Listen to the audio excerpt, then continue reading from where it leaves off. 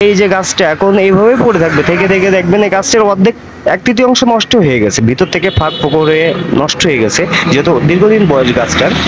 এখন কথা হচ্ছে যে এই গাছটা যদি সময় থাকতে যদি গাছটা বিক্রি করে দেওয়া হতো, মানে এটা কোনো আমি সাধারণ পাবলিককে বলতেছি না বিক্রি করতে, যারা সরকারি কর্মকর্তা আছে, যারা এই বন বিভাগে বা বন ফরেস্টে যারা আছে, তারা যদি এটা বিক্রি করে একটা রাজস্ব পেত।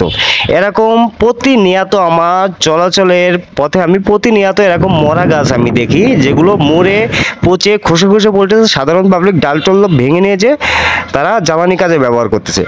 আমি বলবো যে এই গাছগুলো নষ্ট হওয়ার আগে আপনারা যদি বন বিভাগ এটা যদি একটা উদ্যোগ নিয়ে বিক্রি করে দেয়, একটা টাইমলি, যে গাছটার মেয়াদ শেষ হয়ে গেছে, মানে নির্দিষ্ট একটা মেয়াদ থাকে প্রত্যেকটা জিনিসেরই, এই গাছের একটা বয়স থাকে, বয়সের এক পর্যায়ে এসে যে গাছটা মারা যায়, এই গাছটা একসময় মারা যায়, যে পড়ে যায়, যে দেখা যাচ্ছে মানুষের ক্ষয়ক্ষতিও অনেক জায়গায় হয় আমি শুনেছি, বা এটাতে হয়েছে কিনা জানি না। এরকম গাছ অহরহ গাছ আমাদের সারা বাংলাদেশে এরকম গাছ নষ্ট হচ্ছে। এখানে যদি আমরা প্রতিনিয়ত একটা যদি ক্যালকুলেশন করে দেখি বা একটু পরিচর্যা করে দেখি এই ধরনের গাছগুলো বিপজ্জনক, তাহলে এগুলো মেরে দিয়ে যদি বিক্রি করে দেওয়া হয়, তাহলে বাংলাদেশ একটা ভালো অঙ্কের একটা রাজস্ব পাবে।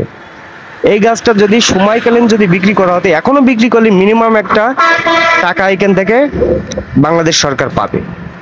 এই জন্য আমি আপনাদেরকে দৃষ্টি আকর্ষণ করতেছি যে এই ধরনের পদক্ষেপগুলো আপনারা নেন, তাহলে দেখবেন যে এইভাবে যদি আমরা 6 মাস এরকম সুস্থ পদক্ষেপ যদি আমরা নিয়ে থাকি, তাহলে ইনশাল্লাহ আমরা 6 মাসের ভিতরে বাংলাদেশ যে আপনার যে এখানে রিজার্ভের ঘাটতি রয়েছে বা দিনা রয়েছে, এগুলো ইনশাল্লাহ সমাধান হয়ে যাবে। এই জন্য আমি বলি, বা আমি বলতেছি না, এটা প্রত্যেকটা নাগরিকের কাজ, প্রত্যেকটা সাধারণ জনগণের কাজ এইসব বিষয়ে আমাদের একটু কথা বলা বা একটু ভেবে চিন্তে দেখা যাচ্ছে এই গাছটা হঠাৎ পড়েছে, এটা তো কারোর জানাই পড়িনি, এটা তো কারোর টেলিফোন করে পড়িনি যে আমি কিছুক্ষণের মধ্যে পড়বো, আপনারা ক্লিয়ার হন। এটা হঠাৎ পড়েছে, ওই সময় যদি কোনো একটা ক্ষতি হতে পারতো।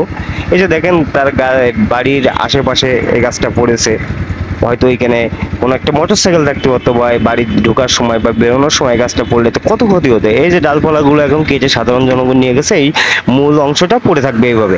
আমি এরকম আপনার যশোর থেকে বেনাপোল পর্যন্ত যাইতে এরকম মানে 2-10-20 পিস গাছ আমি দেখবো এভাবে পড়ে পড়ে নষ্ট হচ্ছে। এগুলো সময় থাকতে বিক্রি করে দিলে একটা মোটা অঙ্কের রাজস্ব আমরা পাবো ইনশাল্লাহ।